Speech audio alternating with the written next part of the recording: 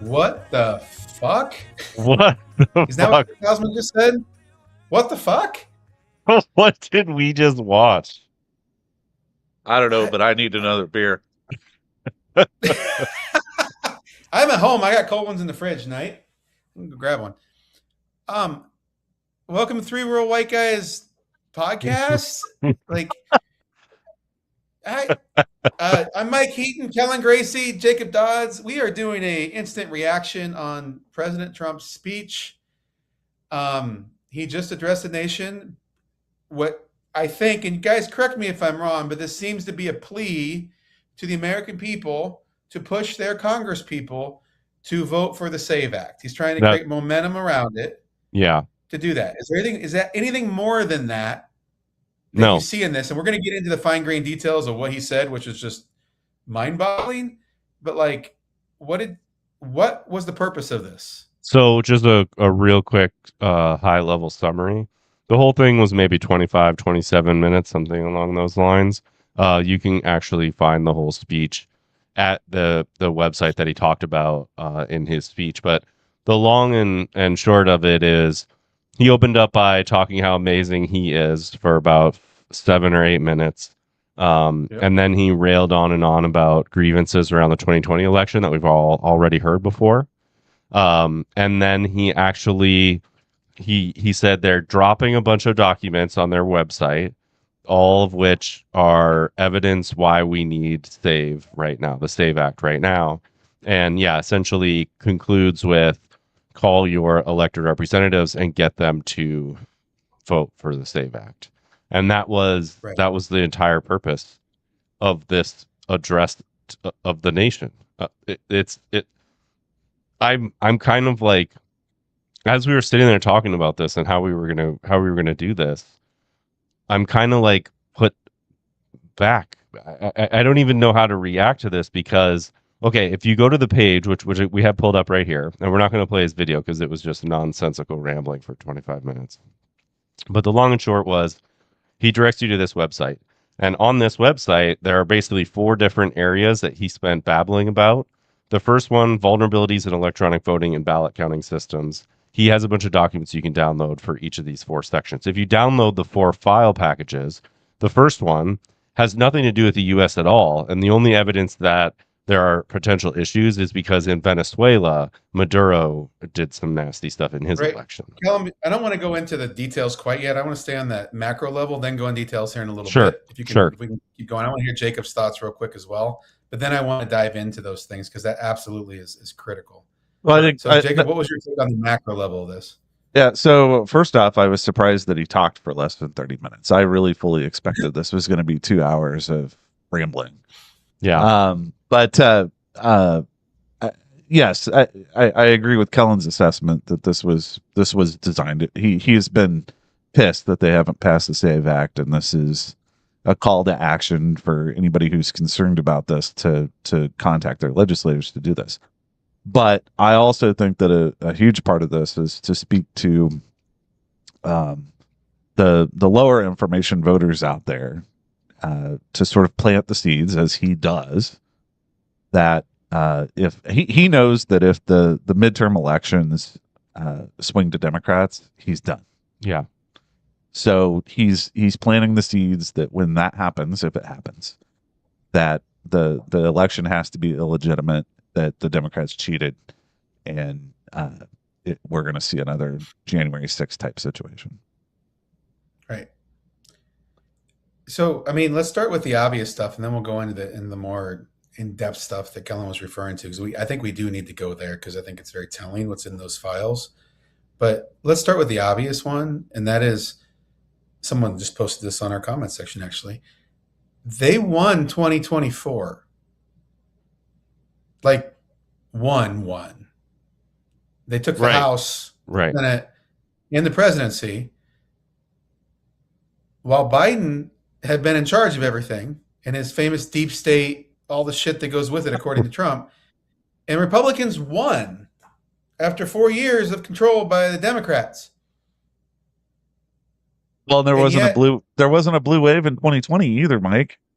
I mean, Trump I know. lost, but there wasn't a blue wave. So how did we I rig live in the Iowa. So how did we rig the election so that Biden won, but no other Democrats did? Mhm. I mean, Amazing how that if we works. rigged this, what we'd have fucking free health, universal health care right now. Like we'd have high speed rail systems getting built. Like we wouldn't be complaining about our schools falling apart. Like Right. we'd fix all these things if Democrats were rigging the elections. It was like he was talking about himself, wasn't it? Like he knows a lot about rigging elections. It just felt like he was talking about himself, especially when he went into Venezuela. Yeah, that's Like he what I started felt talking like. about Venezuela. I'm like, how do you know this stuff? I felt like he might be covering his tracks. You know, I mean, there were those conspiracy theories that Elon Musk tinkered with voting machines in 2024. In what was that, New York, Kellen, or Pennsylvania? Yeah. New York. Yeah, it was New I York. think it was New York. So, I mean, No, it almost feels like to a certain degree he's covering his tracks. Yeah. Blaming it on. That's all. It's all undeniable proof from his CIA, verified by the people he appointed, that this is all 100% true and undeniable. Except for the fact that almost all of the documents that he put out there on the website are old. Well, yeah. If you go and you click these buttons and you download this stuff, and you spend the time, all it is, each of these sections downloads a zip file, and in that zip file are PDF files. And like this first one has a bunch in it, but all the documents talk about is Venezuela. So it has nothing to do with vulnerabilities in electronic voting and ballot counting systems here in the US, right?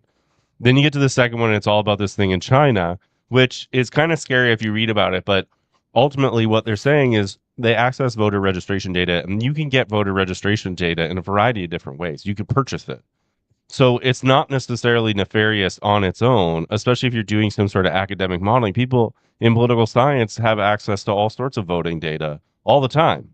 And so, like, the extent to which that was happening in China might not even be that big of a deal. But ultimately, if you download this file, you click this button and download this file, you'll get all these documents, and none of them actually say China did anything to alter votes, to manipulate election machines, to change the tally somehow. None of that is anywhere in those documents, right?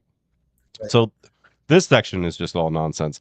I haven't had too much time to go through this Michigan piece here yet. I think, Mike, you were working on this one and the last two. But the last one, I did have a chance, because if you download the very last one, the fourth one, non-citizens on state voter rolls, you download it. The zip file has 2 PDFs in it, and nothing in there says anything about like verifying that 250,000 number.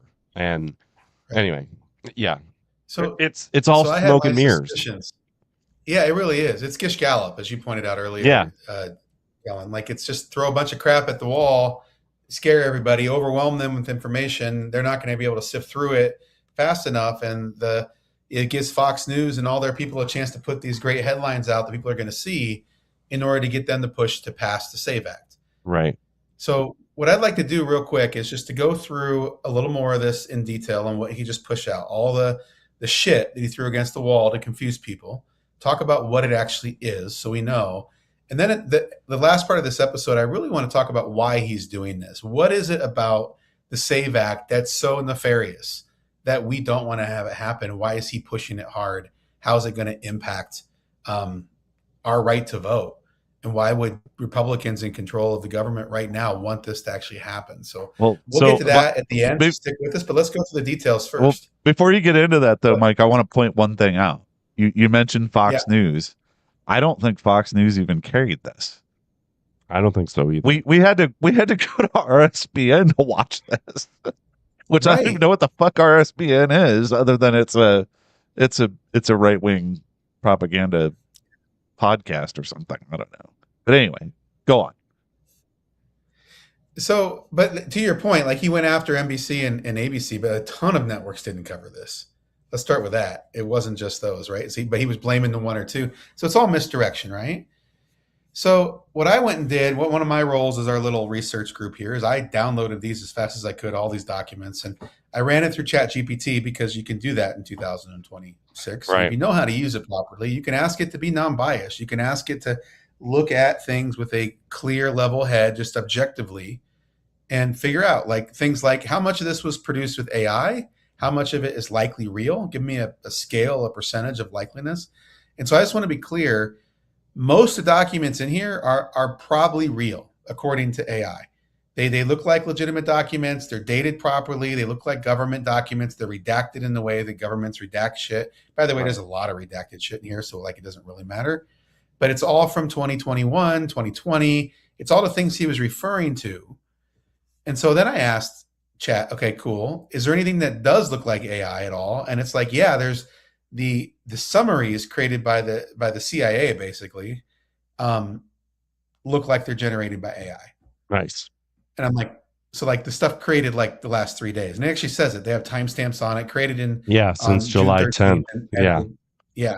yeah, exactly. And so you I can saw actually that. that's in the metadata. You can see that shit in the background. There's Yep. also a lot of extra shit like in the background, like the header goes here, body goes here, kind of shit they didn't remove out of the metadata, which is interesting for government document as well. I mean, it's pretty clearly they don't know what they're doing at that level, but I went through and I put these in there, and I said, okay, this all seems like this legit documents. Right. Cool. And I said, okay, so do the summaries actually do a good job of summarying the documents in each of these folders? And it was uncategorically no. It's like says it does reference them properly. It does cite them correctly, but what it cites has no bearing on what kind of justification they're saying. And to your point, Kellen, you said it earlier, like it says, yes, there was likely voter fraud in Venezuela Right. through their election systems. Right.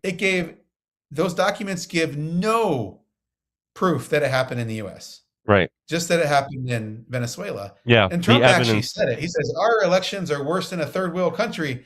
And I'm like, our elections are why we're not a third world country. He even specifically called out Venezuela, and he talked a little bit about it. But yeah, all those documents point to information gathered about elections under Maduro in Venezuela. None of them speak at all to vulnerabilities in ballot counting systems here in the United States. Right. So, like, And it and that was basically says over and over again, it could happen. It doesn't Well, say it did happen. right, There's exactly. no proof that there was. And Yeah. and just that interaction with that page, that's the very first thing you come across, right? Is that piece there, vulnerabilities in ballot counting systems. You download the file. That's the very first file. If you take the time to click the button and download the file and look at it, you open that up and you find nothing but Venezuela stuff. That's the very first thing you interact with. So as he's talking, as we're trying to figure out how this episode is going to go and how we're going to kind of cover this, that was the first thing I ran into. And I was like, they can't possibly think we're that stupid. But they really do. They really think that we are that stupid. And my takeaway from all of this is the Trump regime, and I think the GOP by and large, believes that the American electorate is stupid and that they can get away with so much, because this is ridiculous. I just, it's so blatantly bullshit.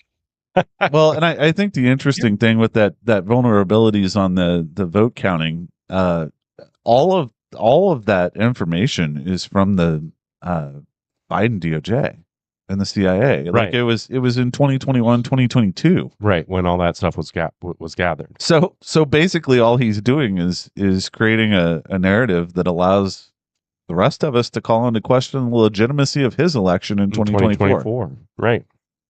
Right. Right. I don't even. So I went, Yeah.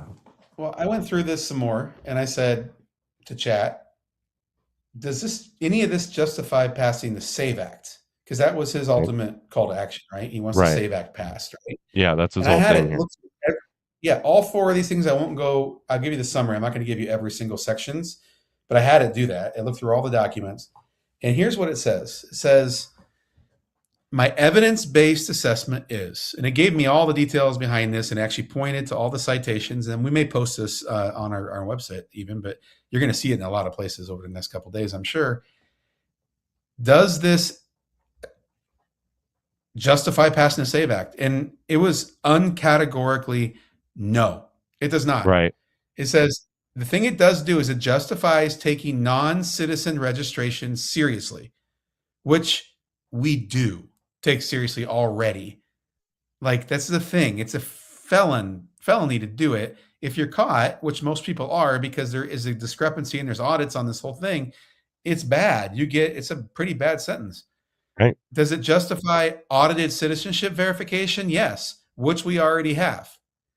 Does it Right. justify better data sharing? Yes. That's actually the only thing it said it would actually improve data sharing. Now that's an opinion. What this is saying, share data with the federal government. It doesn't say share data between states. And I think it's really important for us to understand right off the bat.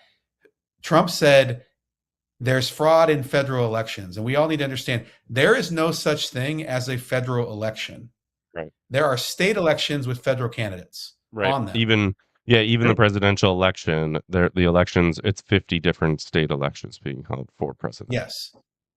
He made claims today about something that doesn't exist. He wants it to be federal elections, and we're going to get to that here in a second. Does this prove widespread non-citizen voting? No. Uncategorically, no. None of the documents do. And let's Does not this prove forget non-citizen voting affected an election outcome? No. Go ahead, Jacob. let's not forget. I realize I'm oversimplifying this, but let's not forget that the guy making these claims is the guy that was indicted for pressuring the Secretary of State for the state of Georgia to find him 12,000 votes. 11,780. Right. Yep. Also, it says, does this establish the SAVE Act as the best or proportionate remedy? No. Does it justify passing the existing bill without further validation or safeguards? No. Like, it just keeps on going through all these things. Like, this does not relate. This does not create proof that the SAFE Act needs to be passed. So everything he presented tonight has nothing to do with the SAFE Act except for non-citizenship voting verification, which already exists. Right. We already have a pathway for states to do that through the registration system. Yeah. Right. So, yeah, ultimately, my immediate reaction was, what did I just watch for 25 minutes? I can't believe I just wasted all that time. Just to listen to him babble. Half of it was stuff we've already heard before. And the rest was just this attempt to gaslight the American public into voting for this terrible legislation, into getting their elected representatives to vote for this terrible legislation. And I don't know, you said earlier, Mike,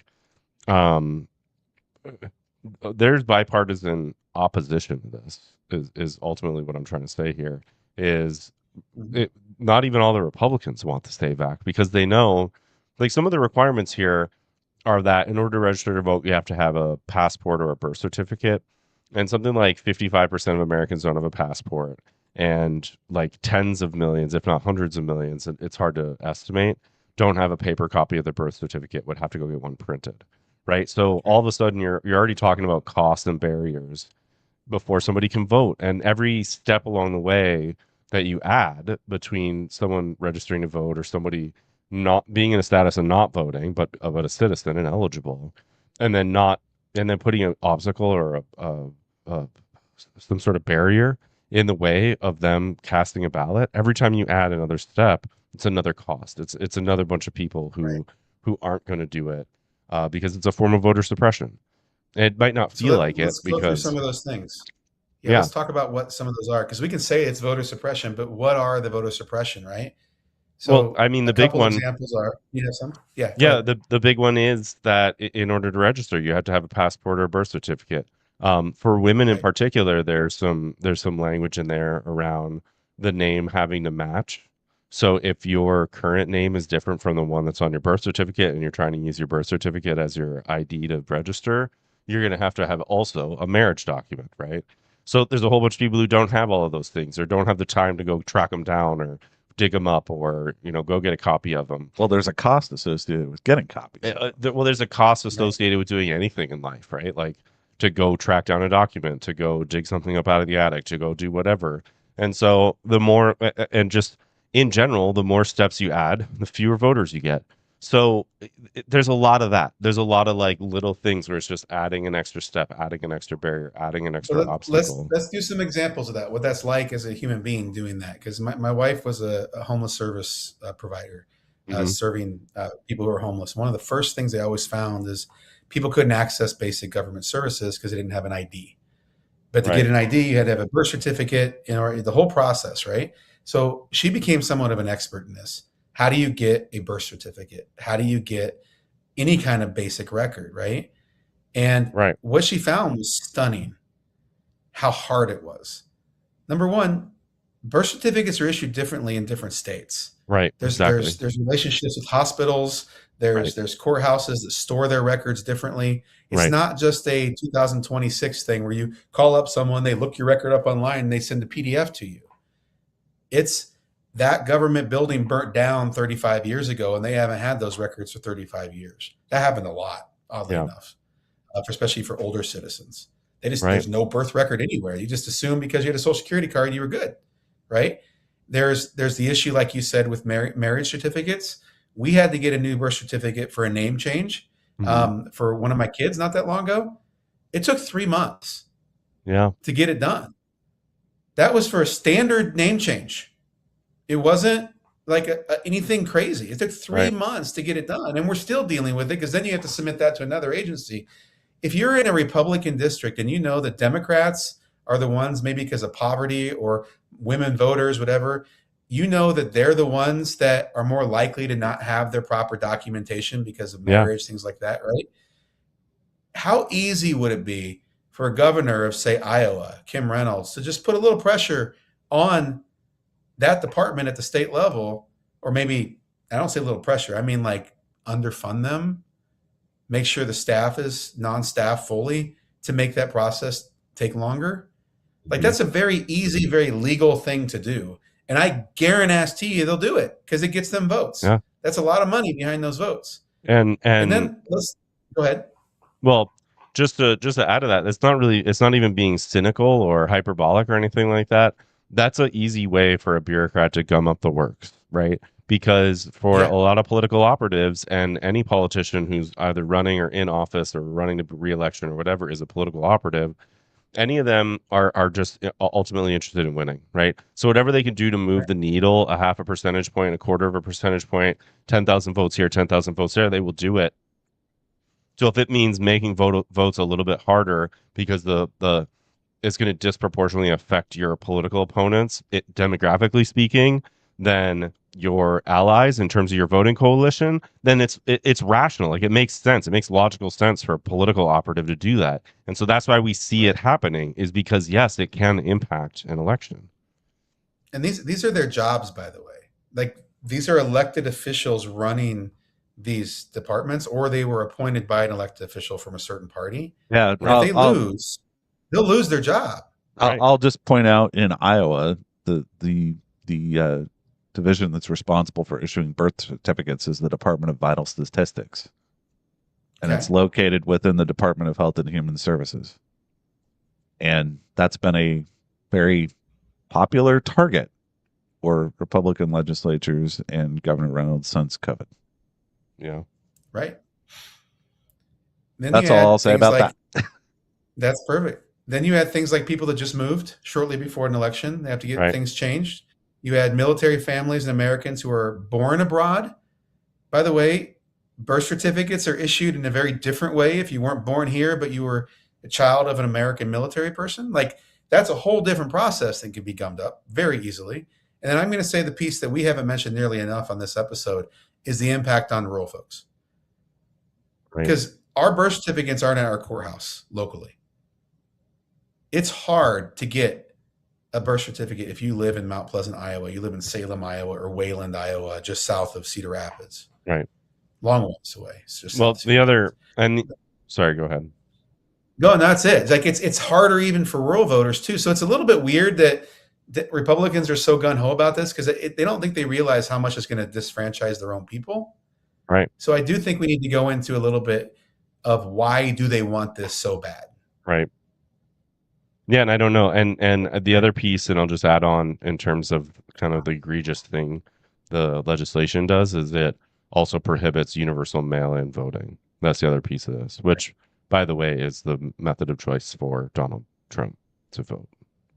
He mails in. Yeah, go figure. Yeah. Right. But that's also in there. Prohibit mail-in He voting. didn't care. So let's go into why they want this so bad. I mean, there's a lot of reasons. I think Well, we know. ultimately, what I was ranting about earlier, I think, is the number one reason. Is they're all political operatives. All of them are elected officials. They all want to win an election. They all know that elections are won and lost by and large, on the margins. So a percentage point here, a percentage point there. These are voter suppression tactics. And yeah, I think some of this isn't as thought through as many of them might have hoped. But like the passport thing in particular, I think people on the left are much more likely in the statistics to hold a passport than people on the right. And in addition to the married part of it too, there's also a gap there in terms of the proportion of liberal or left voting women having those appropriate documents versus those on the right. So I think some of them were sort of not thought through 100%, but ultimately, Mike, I think the number one answer to why do they want this is it helps elected officials shape the electorate, when in reality our electorate should be picking our elected officials, right? Not the other way around. Yeah.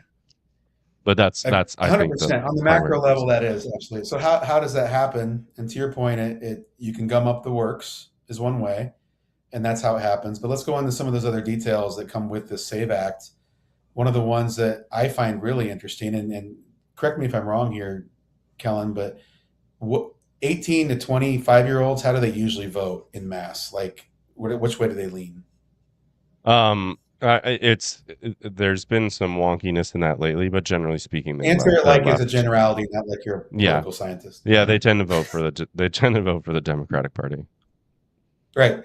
In general. And by a long shot. It's not really that close. There has been some shifts recently, but in general, younger people vote more progressive, right? Well, one of the ways that you get new people signed up, especially on college campuses, is through these mass voter registration efforts, right? Right. That's critical for Democrats to get votes. They go out and they work with college students, newly turned 18 voters, and get them to register. Well, in the past, it was fill out this card, send it in, sign it with your signature on it. We'll have a verification process that goes into place to make sure you are who you are. But now that verification process happens on the front end. Right. Now you have to produce a birth certificate before you can even register to vote. You have to use a specific form before you can register to vote. Right. And that makes the cost of these mass voter registration efforts on college campuses extremely expensive. And I don't know how much of the population are 18 to 25-year-olds are voting, but I'm assuming it's a good chunk of the voting populace, enough to move an election. Right. Yeah. That's one of the big ones that's going to happen because of this. What else is there? There's a couple other big ones I know they're looking at. Well, I think for me, the other, and I always think in terms of the macro, or typically think in terms of the macro.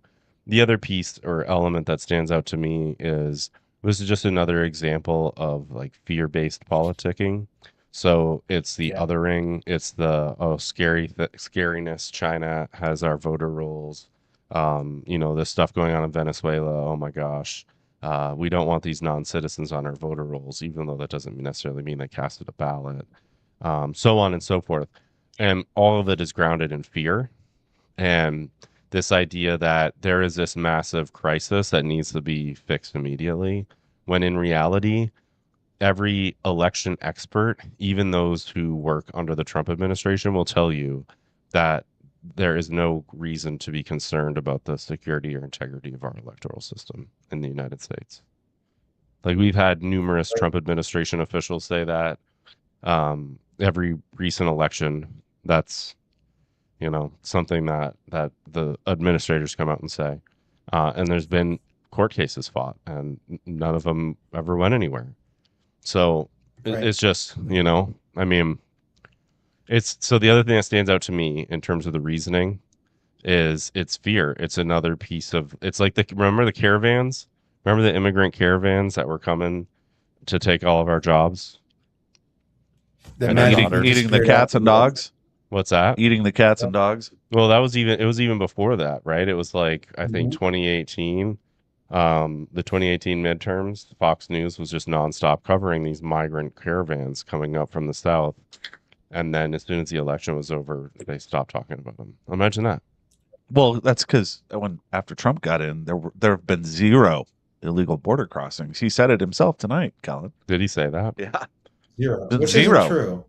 No, of course not. I And think by the way, too. just a little side note on that, like that's not illegal border crossings that he's counting. He's talking about people with TPS that the government lets in on a temporary status. He put a 0 to that. He gummed up the work so much that they couldn't get a judicial hearing, which is the law, I might add. Right. And he's Right. basically breaking the law and not allowing them to get a hearing. That's the 0 he's talking about. There are still people walking across the border. Yeah. How Right. they can't count them if they can't catch them? You know what I mean? Like that, Well, they're it's like still coming COVID. across. Yeah, yeah. It that's was his right. approach to COVID. If you don't test, then there's no cases, Mike. Yeah, exactly. So, Jacob, I'm curious from your end though on that. Like you talked about while we were off air going through this stuff. You think he might be setting up a case post-election, either 2026 or 2028, to undermine the elections? Is that right? By using this as a setup, especially if the SAVE Act doesn't pass? Well, yeah, I said this earlier. Is that he's planting the seeds for another January 6th if the midterms don't go to his favor. He knows he's out. I mean, he knows that they'll impeach him and they'll convict him if he loses both the House and the Senate, and that's a very, very Right. real possibility. But That's I power think the other grab. thing, going back to the SAVE, I wanted to mention one thing about the SAVE Act. This is nothing new. Okay, this is another chapter in a long story of voter disenfranchisement in this country. Right. And there's aspects of it. I mean, it started with the 3/5 of a man after slavery, and then we had poll taxes. This is an example. I mean, the SAVE Act in and of itself is a poll tax, requiring people to go get those documents and having to pay to do that is a poll tax. It Yeah. equates a poll tax.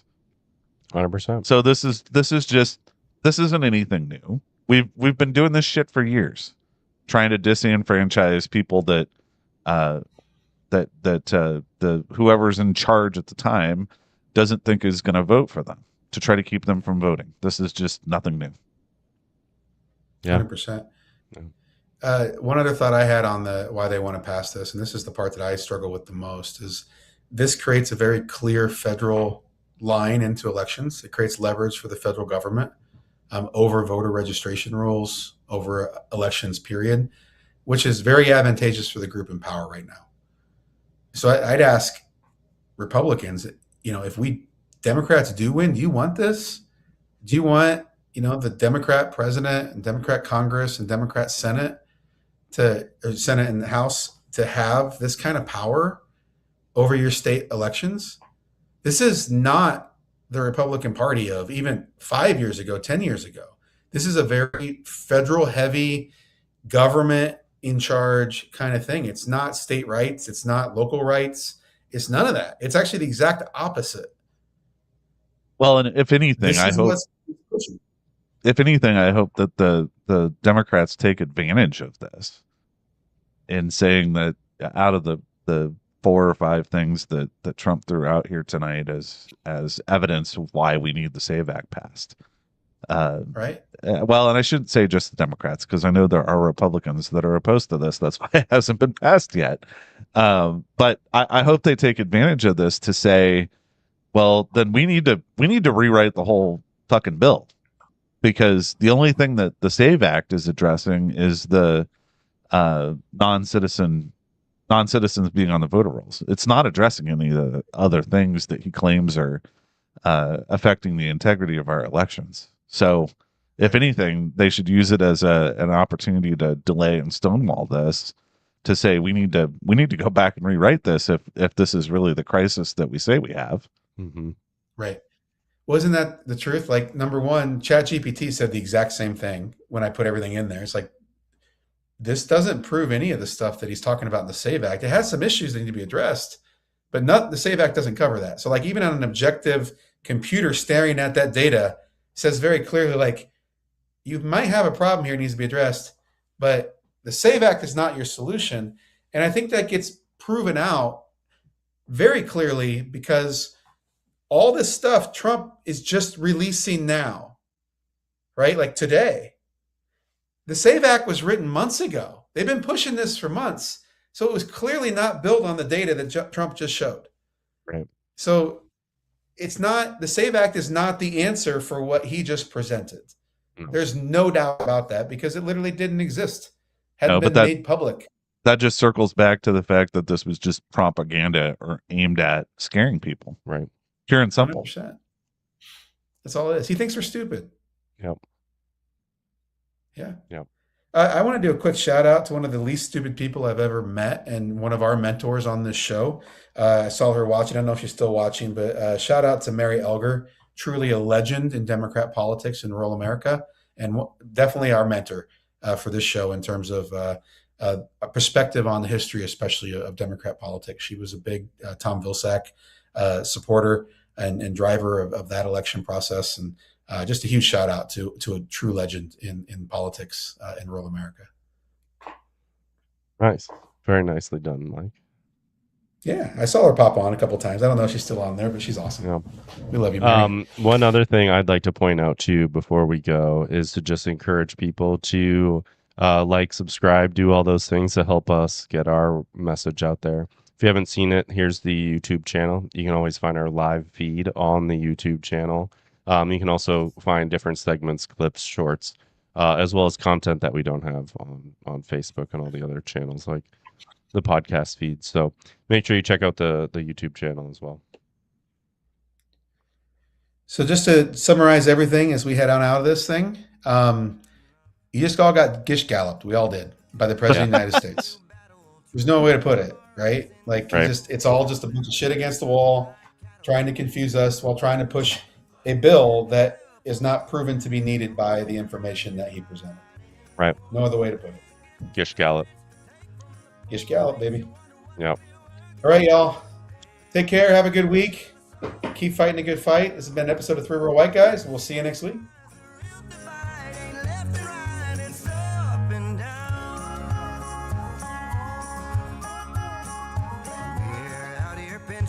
Pennies, they can wipe their ass with the 20. Tell me what's it like to have plenty? I don't know.